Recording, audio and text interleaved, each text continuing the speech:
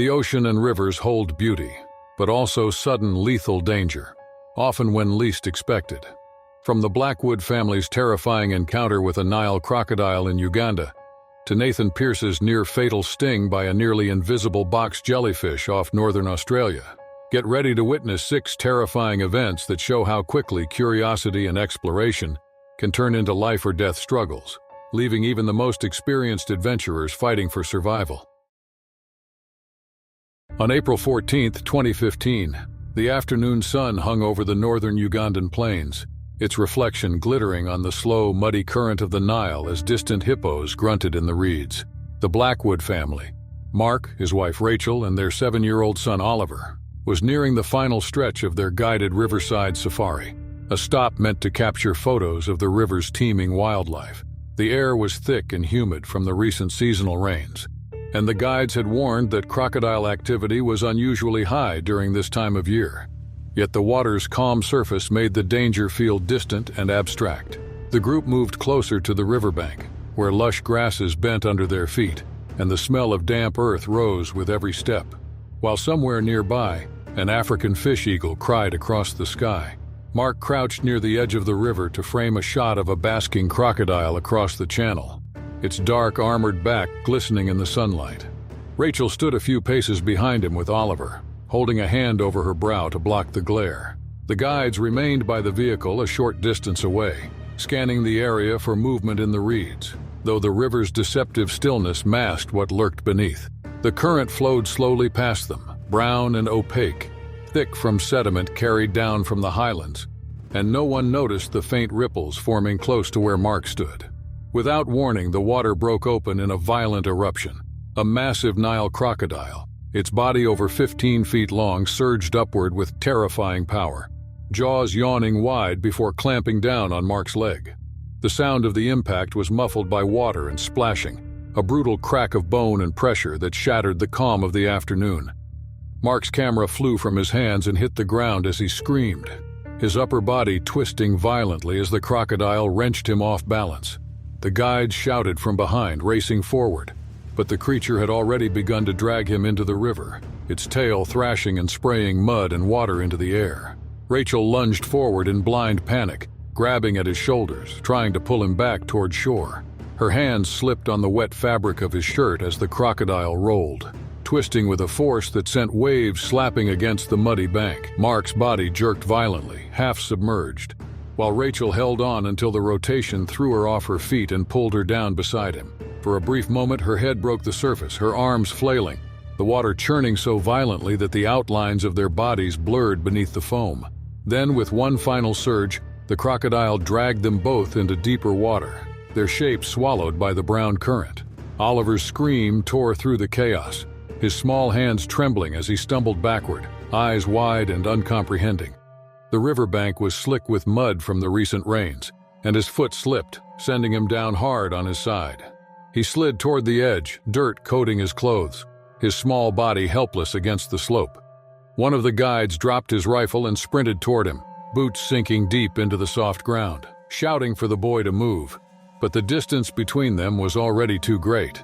From beneath the surface, the crocodile's movement sent another rush of water toward the bank, and a moment later the creature reappeared in a burst of spray. Its tail slapped against the surface, its massive head swinging upward before lunging again, jaws open in a pale flash of teeth and water. The impact knocked Oliver sideways into the shallows. His scream cut short as the crocodile's snout struck him. The boy's body vanished in an instant, pulled under with the same horrifying efficiency that had taken his parents moments earlier. The surface closed, leaving only swirling bubbles and ripples that spread outward until the river looked calm again. The guides reached the edge seconds later, their boots sinking deep into the mud, hearts pounding as they scanned the water for any sign of the family. One of them fired his rifle into the river in desperation, the bullet striking the surface with a dull splash, but nothing reappeared. Only the faint rippling of the current moved. The water tinted darker now where silt and blood mixed invisibly below. The other guide ran to the vehicle to call for backup, his voice shaking as he tried to explain what had happened. Within the hour, local authorities arrived with boats and long poles, navigating carefully along the stretch of river where the attack occurred. The fading light of evening painted the surface orange and gold, but the water remained opaque and unyielding. They searched through the night, sweeping floodlights across the reeds and banks, but the Nile swallowed what it took. By dawn, they recovered only fragments of torn clothing caught on driftwood, small reminders of the family that had once stood there, smiling for photographs at what seemed a peaceful and beautiful place. The investigation that followed was grim and methodical. Wildlife officers examined the site, measuring tracks near the water's edge where the crocodile's tail had left deep, curved impressions in the mud. They estimated the animal's size by the width of its slide mark, likely one of the dominant males that patrolled this stretch of river, territorial and aggressive during the rainy season when prey gathered near swollen banks. Locals reported seeing an enormous crocodile in the same area days earlier, and though it was impossible to confirm if it was the same one, authorities knew that attacks were becoming more frequent in these months. In their final statement, the authorities described the event as a tragic reminder of how dangerous the Nile could be, especially during the wet season when the river overflowed its banks and crocodiles used the murky water to hunt unseen. They emphasized that the species, Crocodilus niloticus, was among the most formidable predators on Earth, capable of explosive speed and overwhelming strength, able to seize prey without warning from even the shallowest shoreline. By the time the search was officially called off 3 days later, the river had already moved on, its surface returning to quiet indifference beneath the relentless African sun. The guides who had led the tour stood together by the empty camp, staring at the slow-moving current, haunted by the suddenness of it all, the calm, the brief flicker of movement, and the violence that followed. The Nile flowed on as it always had, wide and ancient, holding its secrets beneath the muddy depths, where one family's final moments had vanished without a trace. On February 18, 2023, the sea off South Africa's Western Cape churned under a hard gray sky, the wind cutting through the salt-heavy air as waves slapped against a small fiberglass fishing boat struggling to stay upright. Daniel Hayes and his longtime colleague, Peter Morrison, had set out before dawn to check their nets near a shoal a few miles offshore, hoping to return before the weather turned worse. By mid-morning, the ocean had grown rough, each swell larger than the last, and the boat rocked so violently that their cooler slid across the deck, thudding against the side. The men worked quickly, hauling in wet rope and crates of fish, trying to steady themselves against the constant motion. Rain began to fall in sudden bursts, carried sideways by the wind, and the sound of it mixed with the groan of straining metal as the vessel tilted sharply to one side. Peter shouted over the storm, waving his arm toward the approaching swell. But the waves struck before they could adjust course, slamming the hull and tipping the boat onto its edge. Water rushed over the deck, filling the footwell and sweeping one of their storage bins into the sea. Daniel lunged to grab the rail, trying to counterbalance the tilt, while Peter dropped to one knee to brace himself. For a tense few seconds, the boat teetered as if deciding its fate, then settled again, partially flooded but still afloat. The men exhaled in relief, though the situation was far from safe. Their nets drifted beside the boat, and several crates bobbed on the surface, carried slowly away by the current. Daniel reached for the nearest one, leaning out to snag it before it drifted out of reach. The water surged against the hull, the motion rhythmic and deep, the sea's color shifting between green and gray as foam trailed behind every wave. Peter steadied himself, scanning the water around them, his focus fixed on keeping balance as the wind howled. Beneath the surface, however, the commotion had already drawn attention from below. The great white shark, roughly 15 feet long and heavy as a car, had been circling the area for several minutes, drawn in by the thrashing, the vibrations of the struggling vessel, and the faint trace of fish blood leaking from the damaged nets. Daniel stretched farther, fingers brushing the side of the crate as it bobbed away. His foot slipped slightly on the wet fiberglass, but he caught himself, bending lower. At that same instant, the water below him darkened. A shape rose swiftly from the depths, its movements silent and deliberate until the final explosive surge that shattered the surface in a violent eruption. The shark's jaws broke through the waterline, closing around Daniel's midsection with crushing force. The sound was lost in the wind, but the sight was unmistakable. His body lifted clear off the deck, twisted in the predator's grip, blood spraying across the white hull as the animal thrashed its head side to side. Peter froze for a moment, disbelieving what he saw, then grabbed for the nearest pole, shouting Daniel's name against the roar of the sea. The shark jerked backward, its tail cutting through the surface, sending a sheet of water over the boat. Daniel's arms flailed as the creature dragged him into the waves, his legs kicking once before both vanished beneath the foam. Peter lunged forward, nearly slipping, plunging the pole into the water where he'd last seen movement. But the sea was a chaos of bubbles and red-tinted foam, impossible to see through. The shark reappeared seconds later, its dorsal fin slicing through the surface as it circled the capsizing vessel. Peter caught a glimpse of Daniel's body as it surfaced briefly, motionless, before being pulled back down in another violent surge. The water erupted again, a flash of gray and white, and then there was only turbulence. The wind howled louder, carrying the smell of salt and iron. And Peter's heart pounded as he swung the pole uselessly at the waves. The boat listed heavily to one side, half filled with seawater, and he realized with a jolt that the shark was still near, its outline passing just below the surface. He scrambled back toward the center of the boat, slipping on the wet floor, breathing hard as he tried to stay upright. The minutes that followed blurred into a frantic battle between fear and survival. Peter used the bilge pump to keep the boat afloat while trying to signal for help with the small radio clipped near the console. Static hissed through the speaker as he shouted into it, his voice shaking. The current carried him farther from the coastline, and though he tried to spot Daniel again, the sea had already hidden everything. The only sign of the attack was the dark patch drifting several meters away, faint and dissolving with each wave. When the rescue patrol finally located Peter nearly an hour later, he was still bailing water with one hand, the other gripping the side rail as if afraid to let go. The storm had eased slightly, and the ocean around him was calm again, deceptive in its quiet. He told the responders everything he could remember: the sudden movement, the explosion of water, the way Daniel had been lifted, how fast it had happened. Search crews scoured the area through the evening, marking the GPS coordinates and dragging nets through the surrounding waters. But only debris and one shredded life jacket were recovered. Marine authorities later confirmed that the conditions matched known shark-feeding behavior in turbulent water, where disoriented movement and scent signals can trigger sudden predatory strikes. They explained that great whites often patrol coastal regions like the one where the men had been fishing, particularly during seasonal runs when smaller fish and seals are abundant. Even experienced sailors, they said, can underestimate how quickly the line between safety and danger disappears when the sea grows rough and the senses dull under noise and motion. In the weeks that followed, the story spread across maritime communities, a grim reminder of how fragile human presence remains on open water. Peter, though surviving the ordeal, rarely returned to the sea afterward. He described the silence that came after. The sound of waves settling, the sight of foam closing where his friend had vanished, and how the ocean, endless and indifferent, gave nothing back. The capsized boat was later recovered and towed ashore, its deck still stained, the torn fishing nets tangled like a ghostly reminder of the morning's violence. The great white was never seen again, but along that stretch of coast, locals would sometimes point to the deep green water near the shoal and speak quietly of what had happened there, of how the sea can turn from ally to predator in the space of a single heartbeat.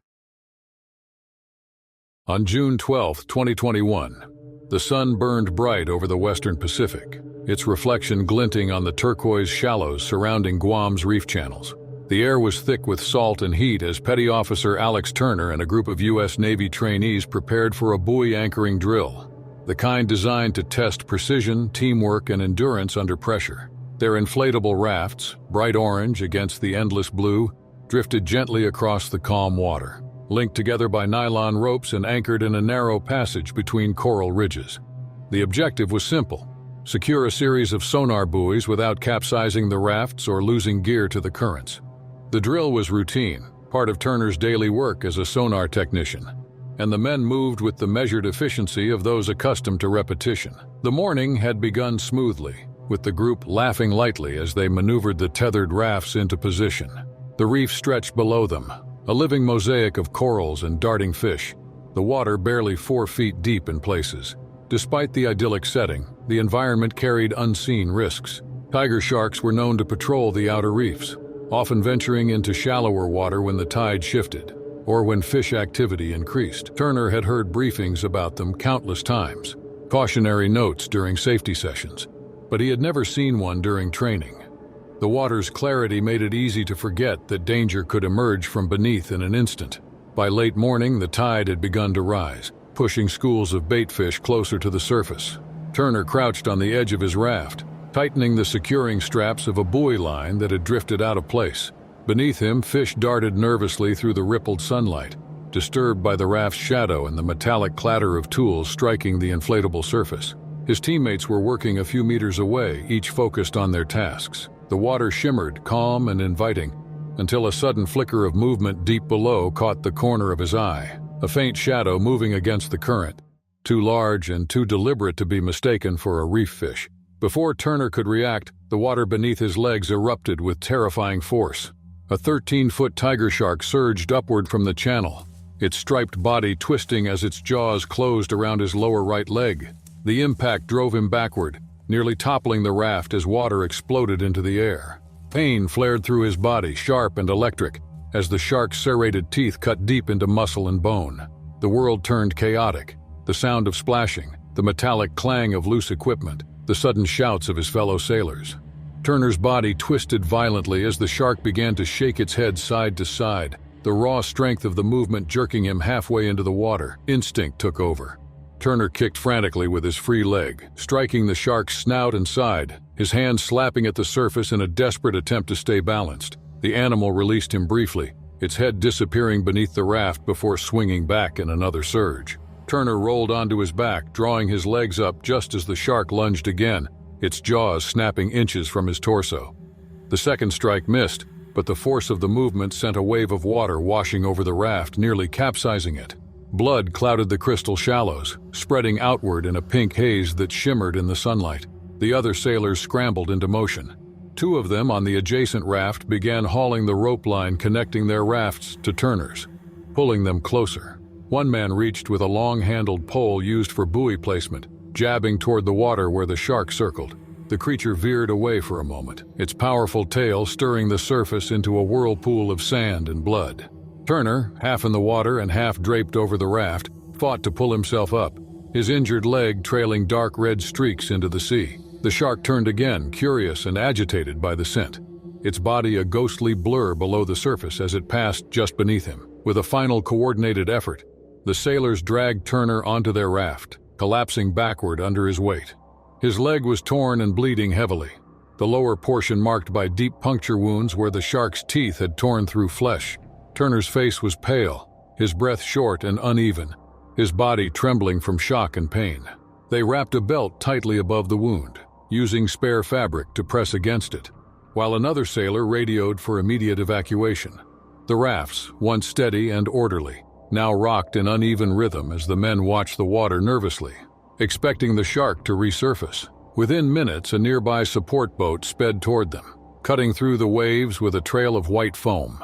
The crew hauled Turner aboard, laying him flat on the deck while medics began emergency treatment. His pulse was weak but steady, and though his eyes flickered open only briefly, he was conscious enough to register that he was alive. The shark had vanished into deeper water, leaving behind a faint trace of blood that dissolved quickly in the current. By the time the boat reached shore, medical personnel were waiting, and Turner was rushed to the Naval Hospital, where surgeons worked to repair the damage.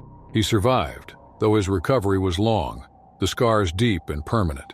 The official report later concluded that the attack had been provoked by a combination of activity, vibration, and fish disturbance in the shallow reef channel, all factors known to attract tiger sharks.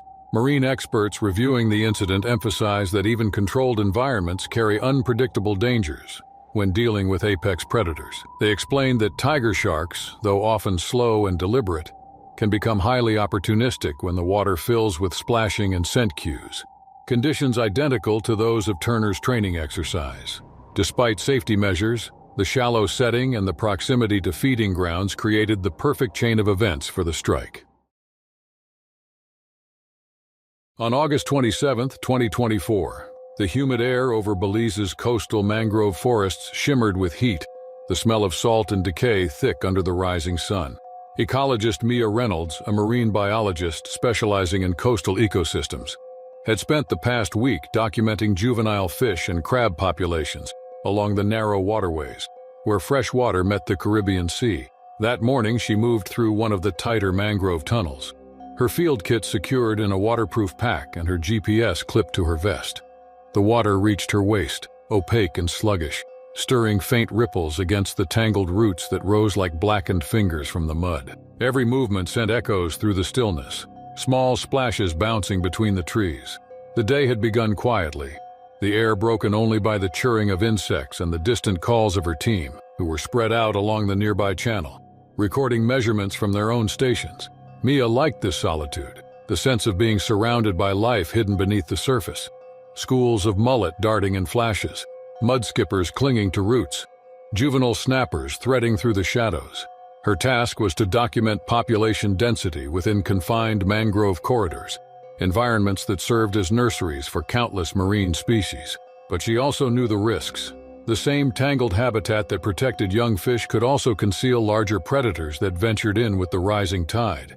By late morning, the tide had begun to push inward from the open sea, filling the channels with slightly cooler, brackish water. Visibility worsened, the brown-green surface masking everything below. Mia crouched near a tangle of mangrove roots, balancing carefully as she reached down to record a cluster of mudskippers resting on a submerged branch. The soft mud underfoot shifted with each movement, and she steadied herself with one hand against a slick root.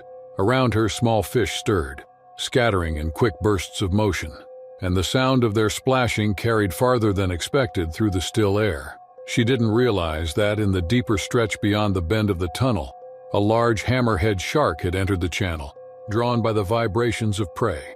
The confined space, only a few meters wide, amplified sound and scent, and the predator's heightened senses picked up the thrashing of fish near Mia's position. It moved slowly at first, sweeping its wide, distinctive head from side to side, using electroreceptors to detect the faint pulses of life hidden in the water. The shallows made its navigation awkward, forcing it to swim in short, strong bursts as it closed the distance. Mia leaned forward again to adjust her sampling pole when the water beneath her erupted. The shark surged upward from the murk, its massive jaws closing around her right leg just below the knee. The force of the strike knocked her backward into the roots, the impact sending sharp pain shooting through her spine. She screamed instinctively, thrashing in panic as the shark began to shake her, its head jerking side to side with terrifying strength. The water exploded in white foam and red streaks, her leg twisting painfully as she fought to free herself. The sound of splashing filled the tunnel, echoing between the mangroves like distant thunder. For a few unbearable seconds, she felt her body dragged sideways through the water, her hands scraping against bark and barnacle-coated roots. The pain was searing, her breath shallow, her heart hammering. With one desperate kick, she struck the shark's broad snout, and the creature loosened its grip slightly. She pulled upward, the movement tearing at her wounded leg but buying her a moment of space. The shark turned in the clouded water, its outline briefly visible through the blood and mud, the hammer-shaped head cutting the surface as it circled back. It lunged again, its jaws snapping close enough to graze her thigh, missing her torso by inches. She swung her arm wildly, striking the surface in panic, the sound sharp and erratic, before the shark veered off again. Confused by the flurry of bubbles and vibration, blood spread quickly through the narrow channel, swirling like smoke through the brown water. Smaller fish, drawn by the sudden commotion, darted nervously through the cloud, their flashes adding to the chaotic blur beneath the surface. The shark circled once more, uncertain. Then with a flick of its tail, it slipped toward deeper water beyond the mangrove line, leaving only turbulence behind. Mia gasped for air, her body shaking, one hand gripping the nearest root to keep herself from falling again. Her leg throbbed, warm blood trickling down in steady streams that stained the water around her. She forced herself upright, dragging her injured leg behind her as she began the long, staggering wade back toward open ground. The dense roots seemed endless, each step a battle against suctioning mud and growing dizziness. The water around her pulsed with faint ripples as if still alive with movement, and every brush of seaweed or twig sent a jolt of fear through her body. Her vision blurred under the glare, the air heavy and stifling. Finally, the mangroves opened into a wider lagoon where sunlight shimmered across shallow flats. Her colleagues, seeing her stumble from the tunnel, rushed toward her from their boats, splashing through the water to catch her as she collapsed on the sand. They carried her to shore, where emergency gear was quickly unpacked. Her lower leg was torn and bruised, deep punctures forming crescent arcs along the calf and shin. Blood soaked through the fabric of her field pants, but the bleeding was controlled enough for first aid to stabilize her before transport. A rescue vessel arrived within minutes, rushing her toward the nearest hospital on the mainland, where doctors confirmed severe soft tissue damage but no major arterial loss. Her survival was described as a combination of luck, fast response, and the shark's brief hesitation after the initial strike. When the news spread, marine specialists across the region reviewed the conditions that had led to the attack. Hammerheads, typically cautious and non-aggressive toward humans, were rarely encountered in such tight, shallow channels. Experts suggested that the shark had likely followed schools of fish into the mangrove corridor, disoriented by the confined space and triggered into an exploratory bite when Mia's movement resembled that of struggling prey. The combination of vibration, blood, and limited escape routes had turned an otherwise passive encounter into a violent confrontation. On October 17, 2020, a swollen tide had pushed deep into the tangled mangrove rivers of southern Louisiana, turning the forest into a maze of dark water and floating debris where moonlight flickered off the surface in ghostly ripples. Alex Morgan, a 34-year-old kayaker and wildlife photographer, had set out that night to document nocturnal species that thrived in flooded conditions, hoping to capture the movement of owls, raccoons, and alligators along the shimmering, waterlogged routes. The air was humid and heavy, filled with the distant croaks of frogs and the faint rustle of unseen wings, while the brackish water below him smelled faintly of decay and salt. He paddled slowly through the narrow channel, the beam of his waterproof headlamp cutting through suspended particles that shimmered like dust in a sunbeam, unaware that something powerful was gliding through the darkness beneath his kayak. The water had risen higher than usual after several days of coastal storms, connecting marshes, creeks, and inlets in ways that confused the normal boundaries between fresh and salt water. It was a perfect condition for bull sharks, which often followed tides inland, hunting fish trapped among the mangrove roots. As Alex drifted forward, the tip of his kayak bumped against a branch, creating a hollow thud that echoed through the trees. He adjusted his waterproof camera, aiming toward the muddy shoreline, capturing flashes of movement as small fish darted through the reflected light. But just below the surface, unseen, the predator had begun circling, its blunt head sweeping from side to side. Sensing the vibrations of the boat and the faint rhythm of splashing paddles, he dipped his paddle again, carving a slow, careful stroke through the water, when something immense surged upward from the depths without warning. The kayak jolted violently to one side, and before he could react, he felt an explosion of pain as a massive bull shark clamped down on his leg. Its jaws crushed through his thigh with a force that numbed his entire body, and for a moment he couldn't tell if the sound in his ears was his own heartbeat or the crunch of bone beneath pressure. The shark thrashed sideways, pulling both him and the kayak toward a tangle of submerged roots. Alex's camera slipped into the water as he tried to steady himself, the light beam spinning wildly through the darkness. The kayak rocked, tilted, and nearly capsized as he screamed in pain and panic, his blood spreading in dark clouds that swirled through the muddy current. He struck the shark with his paddle, each hit sending shudders through his arms as the wood connected with its thick hide, but the animal's power was overwhelming. It shook its head, twisting violently, dragging him halfway into the water, his legs still locked in its jaws. Splinters of wood broke from his paddle as he jabbed again, this time striking the shark near its gills. The predator recoiled for a split second, loosening its grip just enough for him to pull free, but the water was already red and roiling around him. He gasped, hauling himself back onto the kayak, trembling, trying to keep his balance as waves of pain pulsed through his leg.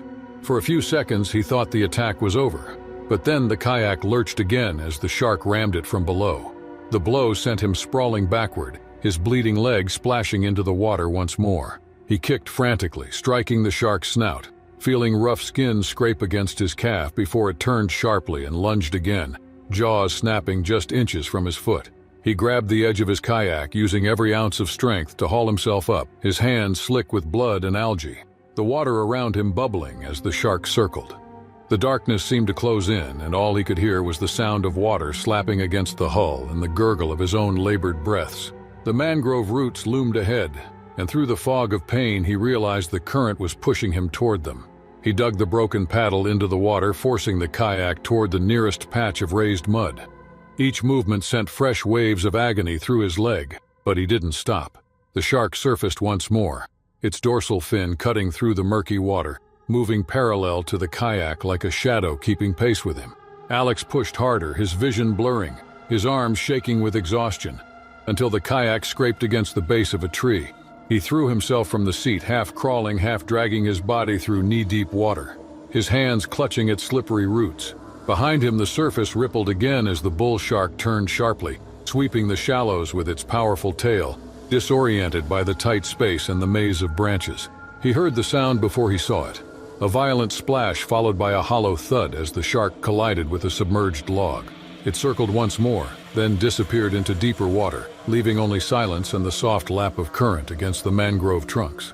Alex crawled higher onto the mudbank, trembling uncontrollably, his wet clothes clinging to his skin, his breathing ragged as adrenaline surged and then faded, replaced by searing pain and disbelief. The night air pressed heavily on him, thick with the smell of iron and salt. He tore a strip from his shirt and tied it around his thigh, trying to stop the bleeding, each knot sending white-hot pain through his leg. He looked out over the flooded forest, where the surface of the water shimmered under the moonlight as if nothing had happened. The kayak drifted a few feet away, gently bumping against a root, still rocking from the recent struggle. He lay back on the mud, staring up through the canopy, his mind caught between shock and survival instinct, unable to process how quickly a calm night expedition had turned into a desperate fight against one of the most aggressive predators on Earth. When rescuers found him hours later, weak and pale, the tide had already begun to retreat. Medical teams later confirmed that his injuries, though severe, had miraculously missed major arteries, and he survived after multiple surgeries. Wildlife officials explained that bull sharks frequently travel far upriver during high tides, drawn by disturbed fish and low visibility, making flooded coastal forests some of the most dangerous places to enter at night. On March 16, 2025, the waters off northern Australia shimmered with crystalline clarity, sunlight refracting through the gentle waves to illuminate a vibrant mosaic of coral, sand, and darting fish beneath the surface. A marine biologist, Nathan Pierce, had spent the morning gliding carefully through shallow reef channels, his movements measured and precise as he collected coral samples and photographed fish species with a waterproof camera strapped to his chest. The reef hummed with life. Tiny damselfish flashed in silvery schools, parrotfish nibbled at coral heads, and small crabs scuttled along the sand, their claws clicking against jagged surfaces.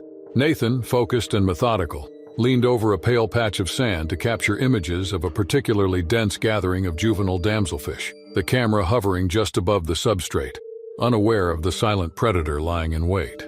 The reef channels were narrow, enclosed by ridges of coral that created pockets of still water where marine life thrived and predators often lurked. Nathan had snorkeled these waters for years, familiar with the currents, tides, and hazards. Yet he could not see what the shifting patterns of light and sand had hidden. A partially concealed box jellyfish, its translucent body blending seamlessly with the surrounding water, its long, nearly invisible tentacles trailing like ghostly threads across the sand.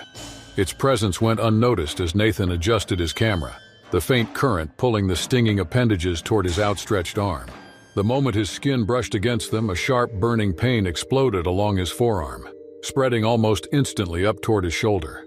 Shock and disbelief registered first, followed immediately by intense pain that radiated in waves, searing deep through muscle and tendon. Nathan's hand jerked instinctively, flailing as if to remove the invisible threat, but the tentacles had already wrapped further, embedding venom along his skin. Nausea surged violently.